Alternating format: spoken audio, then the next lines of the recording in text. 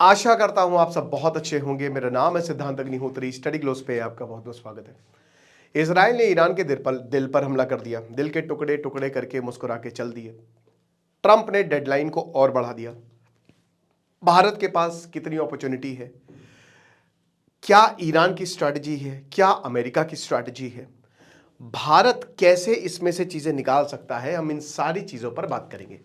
लेकिन उससे पहले बता दूं कि ये हमारा फाइनेंशियल फ्रीडम का कोर्स है जिसमें स्टॉक मार्केट, शेयर मार्केट सब हम बताएंगे। ये सब कैसे काम करता है, आप एक्स्ट्रा इनकम कैसे कमा सकते हैं। तो 20 घंटे से ऊपर की क्लासेस है, मात्र 400 रुपए का कोर्स है। डिस्क्रिप्शन कमेंट बॉक्स में लिंक है। सर्टिफिकेशन कोर्स है 1 साल की वैलिडिटी के साथ। 1 अप्रैल से क्लासेस शुरू होंगी। तो देखो भाई, हुआ ये है कि पहली बात, इजराइल के जो आर्मी चीफ है लेफ्टिनेंट जामिर, उन्होंने बोला है कि देखो वॉर एक जगह है लेकिन हमारे पास ट्रूप्स की शॉर्टेज है, हमारे पास आर्मी नहीं है। कॉन्स्क्रिप्शन मैंडेटरी करिए, मैंडेटरी है और लेके आइए। कितने यहूदी हैं, कब तक आप टेक्नोलॉजी पर निर्भर रहेंगे। तो ये कहीं ना कहीं इजराइल को समझना है। दूसरा पॉइंट ये है कि डोनाल्ड ट्रंप ने कहा है कि देखो उन्होंने 7 दिन मांगे, मैंने 10 दिन दे दिए। ये जो डेडलाइन है ना, पहले डोनाल्ड ट्रंप ने बोला कि 48 घंटे में तुम्हारे पावर प्लांट्स खत्म, फिर उसको उन्होंने इंक्रीज कर दिया 5 दिन तक। और अब कहा यह जा रहा है कि डोनाल्ड ट्रंप ने बोला कि ईरान ने हमसे बोला कि हमको 7 दिन चाहिए महाराज, लेकिन मैंने 10 दिन दे दिए, ऐसा डोनाल्ड ट्रंप का कहना है। बट ईरान ने बोला कि ऐसा कुछ भी नहीं हुआ। तो अब जो नई डेडलाइन है वो 6 अप्रैल तक है। भाई जाहिर सी बात है, इनको सोचने का मौका चाहिए होगा कि महाराज कुछ तो सोचने का मौका दीजिए। तो ईरान जो है, अमेरिका जो है, बट देखिए अटैक तो हो रहा है। अभी इसराइल ने ताबड़तोड़ हमले किए हैं। लेबनान तो खत्म हो गया है, बहुत लोग मारे गए दोस्तों, 1000 से ऊपर आंकड़ा और भी है। लितानी रिवर के ये जो पूरा 20 किलोमीटर का एरिया है, ये इनके पास आने वाला है। ये पूरा का पूरा जो सदर्न लेबनान है, ये वैसे तो यही पर्पस ही था कि सदर्न लेबनान भी हमारे पास आ जाए। तो अब इतना, और ये वाला तो है ही है पूरा का, और ये भी एक तरीके से तो ये एक्सटेंड कर लेगा। इजराइल जो है वो जमीन लेता जा रहा है। ईरान कह रहा है कि बाल अल मंदेब, ठीक है, इसको भी हम बात कर, ये ब्लॉक कर देंगे, ठीक है ना। ये जो ये वाला जो पूरा का पूरा एरिया है ना, बाल अल मंदेब वाला, यहां से भी शिप जाते हैं। ये 29 किलोमीटर ही, बहुत बहुत ही छोटा सा है ये। तो इसको ब्लॉक कर देंगे। और ये और इंपॉर्टेंट है क्योंकि इजराइल यहीं से ही स्वेज कैनाल से होते हुए यूरोप तक निकलते हैं अब। तो ये और इंपॉर्टेंट है। तो ये स्ट्रेट ऑफ हॉर्मुज़ पे ईरान बैठा है, यहाँ पे हूतीस बैठे हुए हैं। सना पूरा हूतीस के कंट्रोल में है, जो येमेन की कैपिटल है। तो यहाँ पे बोला है कि ये सब ब्लॉकिंग होगी। और देखिए यहाँ पे ऑलरेडी प्रॉब्लम थी, क्योंकि देखो ये वाला जो एरिया है ये अफ्रीका से निकलता है। अब ये हॉर्न ऑफ अफ्रीका है और ये है सोमालिया। यहाँ पे बैठते हैं पायरेट्स, बहुत ज़्यादा दिक्कत है। सोमालिया की सरकार ने बोला है कि आप यहाँ मिलिट्री प्रेजेंस बनाइए। भारत की भी नेवी है यहाँ पे पायरेट्स को बचाने के लिए। भी आपने देखा होगा अभी कुछ ही महीने पहले जब इंडिया ने ऑपरेशन किया था, सोमालियन पायरेट्स को खत्म किया था, ठीक है। तो ये वाला एरिया भी बोला है कि भाई इससे भी, हालांकि ये वाला एरिया ज़्यादा डेंजरस है, उतना यहाँ से ट्रेड नहीं होता है, बट अगेन स्विस कैनाल है तो आप यूरोप तक निकलेंगे, तो यूरोप का सीधा एक्सेस है यहाँ पे। तो ये खबर है। बट दोस्तों बड़ी खबर यही है कि यहाँ पे जो अटैक्स है, कहा तो जा रहा है कि भाई 6 अप्रैल तक पॉज कर दिए गए हैं। बट देखिए एक तरफ तो बातचीत हो रही है और दूसरी तरफ अटैक्स हो रहा है। अब डेडलाइन क्यों एक्सटेंड की गई है? जाहिर सी बात है, नेगोशिएशंस हो रहे हैं, ऑनगोइंग नेगोशिएशंस हो रहे हैं। डोनाल्ड ट्रंप कह रहे हैं कि बहुत अच्छे तरीके से नेगोशिएशन चल रहे हैं। अब एक बात बताइए, जब नेगोशिएशंस हो रहे हैं तो इजराइल क्यों हमला कर रहा है, या ईरान भी क्यों हमला कर रहा है? ऑयल टैंकर पास हो रहे हैं। अभी जो ईरान के एम्बेसडर हैं उन्होंने भारत का बहुत शुक्रिया बोला है। मिसाइल मारी है तो अपने अलायंस का नाम लिखा हुआ कि thank you people of Poland, thank you people of Germany, thank you people of India, ये लिखा है। आप समझ रहे हो? तो ईरान को कुछ भी करके, मतलब स्ट्रेट ऑफ हॉर्मुज़ पर प्रेशर बनाया जा रहा है। अमेरिका का ऑब्जेक्टिव ये हो गया, अजीब व गरीब है कि पहले अमेरिका का ऑब्जेक्टिव ही नहीं क्लियर था, अब ऑब्जेक्टिव हो गया कि स्ट्रेट ऑफ हॉर्मुज़ खोलो, जो कि पहले भी खोला था। तो अमेरिका क्या करना चाह रहा है किसी को नहीं समझ में आ रहा। बट ईरान के पास यहाँ पे लेवरेज है, और ईरान ने जो 5 डिमांड्स रखी है, जैसा कि अब मैंने बताया था कि अटैक नहीं होंगे, हमको मिलिट्री सॉवरेनिटी आप किसी भी हाल में देंगे, स्टेट ऑफ हॉर्मुज़ पे हमारा कंट्रोल होगा, अमेरिका का कंट्रोल नहीं होगा, हम कंट्रोल करने वाले, और कॉम्पनसेशन दीजिए जितना आपने, हम तो ये डिमांड्स रखी थी। और अमेरिका ने इसकी उल्टी डिमांड रखी थी। मैंने पिछले लेक्चर में क्लियर किया था कि क्या हो रहा है। अभी ग्राउंड पे मिसाइल और ड्रोन अटैक्स होते जा रहे हैं, ठीक है। देखिए डोनाल्ड ट्रंप कह रहे हैं कि 9% तक इनके मिसाइल अटैक अब हो रहे हैं, यानी कि सीधा 91% जो है वो कम हो गए, कम हुए हैं, नो डाउट ईरान के अटैक्स कम हुए हैं, बट बहुत कम नहीं हुए हैं। मैं बता दे रहा हूं कि ड्रोन्स और मिसाइल लगातार बढ़ती जा रही हैं। अब 10,000 बताया जा रहा है कि 10,000 के करीब जो है टारगेट्स पर हमला हुआ। 10,000 के करीब जो ट्रूप्स है अमेरिका तैयार कर रहा है कि गल्फ में उतारेगा। 1,000 के करीब ट्रूप्स जो है वो इजराइल सदर्न लेबनान में उतारेगा। तो हर जगह ट्रूप्स ही ट्रूप्स आपको देखने को मिल रहे हैं। उसके बाद सिचुएशन देखिए क्रिटिकल तो है ही है, क्योंकि ग्लोबल ऑयल सप्लाई जो है वहां से जाता है। बट प्रॉब्लम क्या है, देखिए प्रॉब्लम ये है कि back channel diplomacy is on. दोनों देश बात कर रहे हैं। अब ईरान से भी पक्का हो गया कि वो भी बात कर रहा है।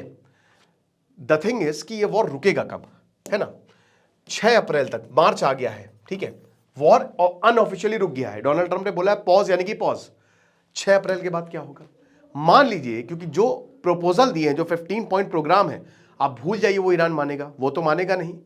तो सबसे पहली बात तो ये है कि देखिए यहां 2 स्ट्रैटेजी है। यहां पे Iran and America are fighting openly, Iran and talking quietly, बातचीत कर रहे हैं, लेकिन साथ में लड़ाई भी हो रही है। कोई भी लड़ाई रोकेगा नहीं, सबको पता है। अब सबसे बड़ी बात, ईरान की स्ट्रैटेजी क्या है? तो हम 4-5 स्ट्रैटेजीज की बात करते हैं। ऑब्जेक्टिव क्या है ईरान का, ये हम बता ही चुके हैं कि सबसे पहली बात रिजीम सर्वाइवल, कि जो हमने 1979 में रेवोल्यूशन लेके आए थे ना, वो सर्वाइव कर जाए।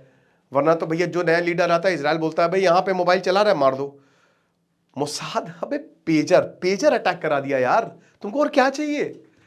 तुमने मतलब आप ये इंटेलिजेंस की दुनिया में, इंटेलिजेंस छोड़िए, ये मिलिट्री की दुनिया में ये सबसे बेहतरीन और सबसे कमाल का काम इन्होंने किया। कमाल इन द सेंस कि मैं टेक्नोलॉजी या स्ट्रैटेजी वाइज बात कर रहा हूं, कि ऐसा कौन सोचता है यार। मतलब आप सोचिए कि लेबनान, आपने पेजर, पहले आपने ये उनको यकीन दिलाया कि तुम मोबाइल छोड़ो पेजर यूज करो, उसके बाद इजराइल की कंपनी नहीं अंदर बॉम्ब फिट करके पेजर बेच दिए और वो फिर ब्लास्ट करवा दिए। क्या दिमाग, आप सोचिए। सप्लाई चेन, इसीलिए कहते हैं ना दुनिया की सबसे खतरनाक एजेंसी जो है वो मोसाद है। तो रिजीम सर्वाइवल है इनका टॉप प्रायोरिटी। और रिजीम सर्वाइवल कब करेगी? जब अमेरिका और इजराइल इस पर हामी भरेंगे, वरना तो वो बम बरसाते रहेंगे। अब हामी कब भरेंगे? जब ईरान प्रेशर क्रिएट करेगा अमेरिका पर। इजराइल छोड़ दीजिए, इजराइल पर कोई प्रेशर क्रिएट नहीं कर सकता, बट अमेरिका पर प्रेशर क्रिएट करेगा। क्योंकि मैंने बताया कि अमेरिका, ये ईरान के लिए सर्वाइवल की बात है।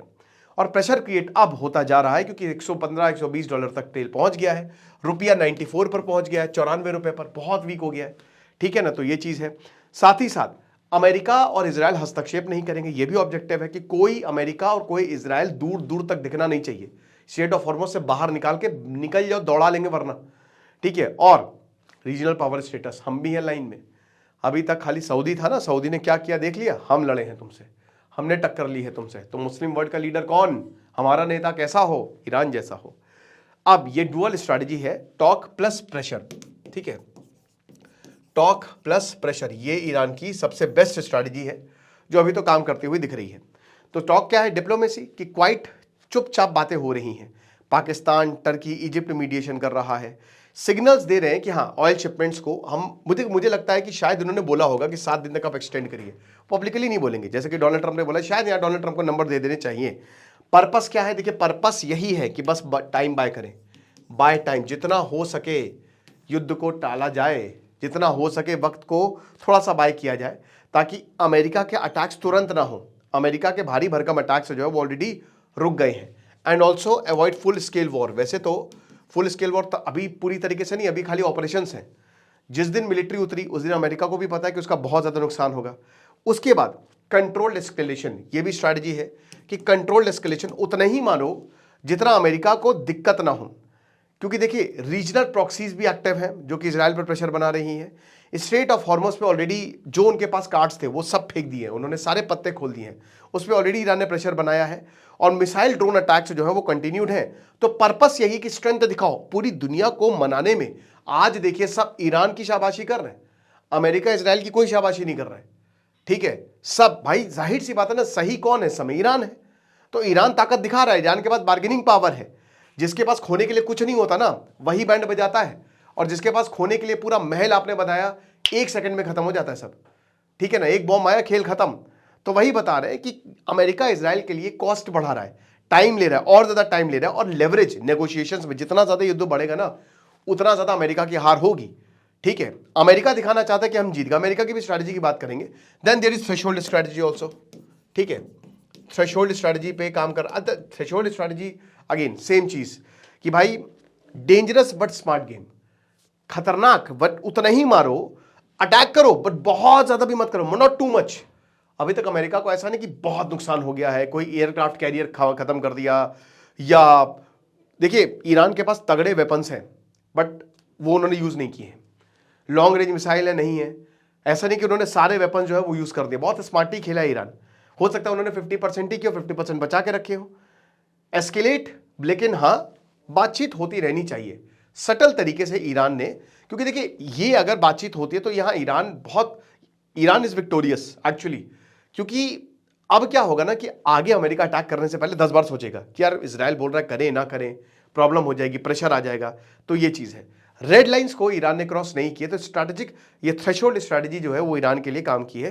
देन ऑयल वेपन स्ट्रैटेजी तो है ही, वो आप सबको पता है कि सप्लाई डिसरप्शन की वजह से प्रॉब्लम हुई है। And then there is proxy network strategy कि प्रॉक्सीज को एक्टिव कर दिया है, हुतीज दे आर एक्टिव। अब बाल अल मंडेब को कह रहे हैं उसको ब्लॉक कर देंगे, उधर हिजबुल्ला जो है वो भी एक्टिव है।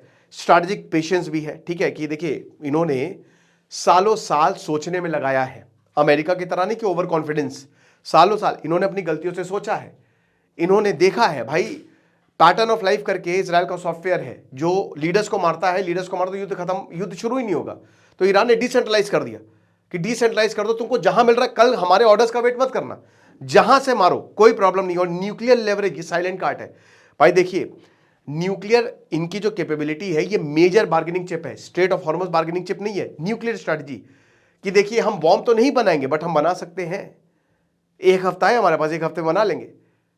तो यहां पे पूरे वेस्ट में एक डर फैलाने की भी, और then there is domestic message. अच्छा, डोमेस्टिक मैसेज में वही है कि दुनिया को तो यही बता रहे हैं, अपने लोगों को यही बता रहे हैं कि हम अमेरिका के सामने झुके नहीं हैं, और दुनिया को भी यही बता रहे हैं। बट बिगेस्ट रिस्क क्या है? Miss calculation. क्योंकि अगर मान लीजिए कि कोई ऐसा अटैक हो गया, मिसाइल नाम बता के नहीं आती है, या कहीं पे कुछ लग गई, या अमेरिका के वही रेड लाइंस क्रॉस हो गई, कोई एयरक्राफ्ट कैरियर पर अटैक कर दिया, कोई वेसल पर अटैक कर दिया, बहुत बुरा अटैक कर दिया, तो प्रॉब्लम है। देन अमेरिका का भी patience, it can also run out. देखिए जीता का तो अमेरिका, आप भूल जाइए, अमेरिका के पास ताकत है, इसराइल के पास ज़्यादा ताकत है, तो लॉन्ग रन में वो जीत जाएंगे, बट नुकसान बहुत ज़्यादा कर देंगे। इकोनॉमिक कोलैप्स, हम ये ना भूलें कि अमेरिका, इसराइल के पास पैसे हैं, ईरान के पास पैसे नहीं है। ईरान के पास ऑलरेडी ऑयल सैंक्शंस, और ये वॉर से पहले ईरान की इकोनॉमी खस्ता हाल थी, इसी को लेकर ही प्रोटेस्ट हुए थे, राइट। तो यही चीज़ है। अच्छा, अमेरिका के कोर ऑब्जेक्टिव क्या है भाई? वही अमेरिका, अब अमेरिका की स्ट्रैटेजी की बात करते हैं। अमेरिका कह रहा है कि ईरान को रोकना है, स्टेट ऑफ हॉर्मुज हमारा है, मिलिट्री और न्यूक्लियर कैपेबिलिटी हटाओ, ग्लोबल डोमिनेंस हमारा रहेगा। मैक्सिमम प्रेशर स्ट्रैटेजी है कि जितना हो सके इकोनॉमिक सैंक्शंस का हवाला दो, यहाँ पे इकोनॉमिक सैंक्शंस की धमकियां दो, ऑलरेडी है। अब तो तुमको बिल्कुल भी हम ट्रेड नहीं करने देंगे। मिलिट्री थ्रेट्स जो कि आप देख ही रहे हैं, एक्चुअल टारगेट स्ट्राइक्स, इजराइल की पिन पॉइंट स्ट्राइक्स होती हैं। तो भाई लीडर्स को भी डर है कि हम मर ना जाए। बाकी डिप्लोमेटिक आइसोलेशन तो हो ही गया है, ईरान का कोई बात तो कर नहीं रहा है। Then there is coercive diplomacy, talk and threat, बातचीत भी करो और धमकी भी देते रहो, जैसा डोनाल्ड ट्रंप कर रहे हैं। नेगोशिएट नहीं तो फिर देख लो, मारेंगे तो हम भी तुमको बहुत ज्यादा, मिसाइल तो हमारे पास भी बहुत है, ड्रोन्स हमारे पास भी बहुत है, राइट। तो डेडलाइंस देते रहो, जैसे अभी 10 दिन की डेडलाइन दी है, ठीक है। और डेडलाइन मतलब डेडलाइन की मतलब उसके बाद जो है हम मारेंगे। पॉज अटैक टेम्परेली, कि कुछ समय के लिए अटैक पॉज कर दो, थोड़ा सा रीबिल्ड कर लो, हम भी टाइम बाय कर लेते हैं, तब तक अमेरिका भी टाइम बाय कर रहा है। Then there is limited military action strategy. देखिए अभी तक सिविलियन एरियाज पे हमला नहीं हुआ, एक दो हमले हुए हैं, वो स्कूल पर हमला हुआ बट मेजर जगह पे आप देखोगे जो की इंफ्रास्ट्रक्चर्स पे हमला नहीं हुआ, जैसे ईरान के पावर प्लांट्स पे हमला नहीं हुआ। वो हमला बहुत डेंजरस हो जाएगा अगर अमेरिका कर देगा तो। ऑयल फील्ड्स पर अमेरिका ने हमला नहीं किया, इजराइल ने हमला किया, टॉप कमांडर्स को मारा, साइबर इंटेलिजेंस ऑपरेशन चलाए, लेकिन थोड़ा सा उन्होंने भी कैलकुलेटर रिस्क लिया, राइट। देन क्योंकि देखिए ultimately you have to protect the global oil flow, और फिर इंटरनेशनल प्रेशर बनाइए। रशिया और चाइना को भी प्रेशर बनाना पड़ेगा ईरान के ऊपर कि आप रुकिए। तो इनसे भी बैक चैनल, जाहिर सी बात है, बात चली रही है। रेड लाइन स्ट्रैटेजी है कि अगर मान लीजिए कि जैसे अब अभी straight of Hormuz fully block नहीं है, बट अगर फुली ब्लॉक हो जाता है तो फिर सबको मिलकर अटैक करना पड़ेगा। डायरेक्टली जो अमेरिकन फोर्सेज जा सकती हैं, बोला तो है कि 10,000 मिलिट्री ट्रूप्स जो है वो यहाँ गल्फ में आएंगे।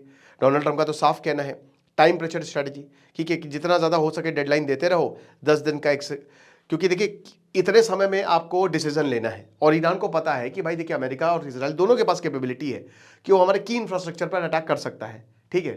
तो 10 दिन दिया, तो 10 दिन के अंदर सोचो, तुरंत प्रेशर। कहते हैं ना कि जब एकदम से आप टाइम देते हो तो जल्दबाजी में डिसीजन आप ले ही लेते हो प्रेशर के अंदर, ठीक है। और डोमेस्टिक पॉलिटिकल फैक्टर भी है कि डोनाल्ड ट्रंप के हालात बहुत ज़्यादा खराब है और डोनाल्ड ट्रंप खुद भी समझ में नहीं आ रहा कि करे तो करे क्या, बोले तो बोले क्या। अमेरिका का रिस्क क्या है? ओवर कॉन्फिडेंस, जो कि हमेशा से रहा है। पिछली बार भी 6 डे वॉर हुई, 12 डे वॉर हुई जून में, ओवर कॉन्फिडेंट कि हम तो किसी को भी मार देंगे। ये अभी वेनेजुएला के प्रेसिडेंट को उठाया, बट भूल गए कि ईरान वेनेजुएला नहीं है।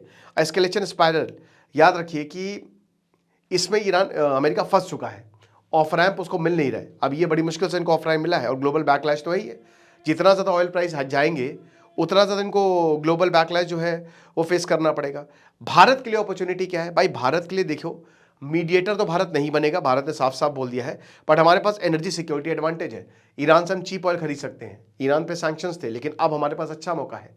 जो तेल है वो ईरान से खरीद सकते हैं, हम अपनी ग्लोबल सप्लाई बना सकते हैं। चाबहार पोर्ट हमारे पास एडवांटेज है, हमारे पास ट्रेड रूट्स INSTC उसको भी हम बना सकते हैं। मतलब हम देखिए, बिजनेस के लिए भारत के पास अच्छी खासी अपॉर्चुनिटी है, ठीक है। तो ये चीजें हैं, बात चल तो रही है, बट उसका क्या कंक्लूजन निकलेगा? अब 10 दिन की डेडलाइन दी है, उससे पहले सोल्यूशन निकलेगा कि 10 दिन में निकलेगा, वो देखेंगे। बाकी आप हमारे कोर्स को अवेल करिए। कुछ नहीं पड़ता नहीं, जैसे सिद्धांत अग्निहोत्री साइनिंग ऑफ।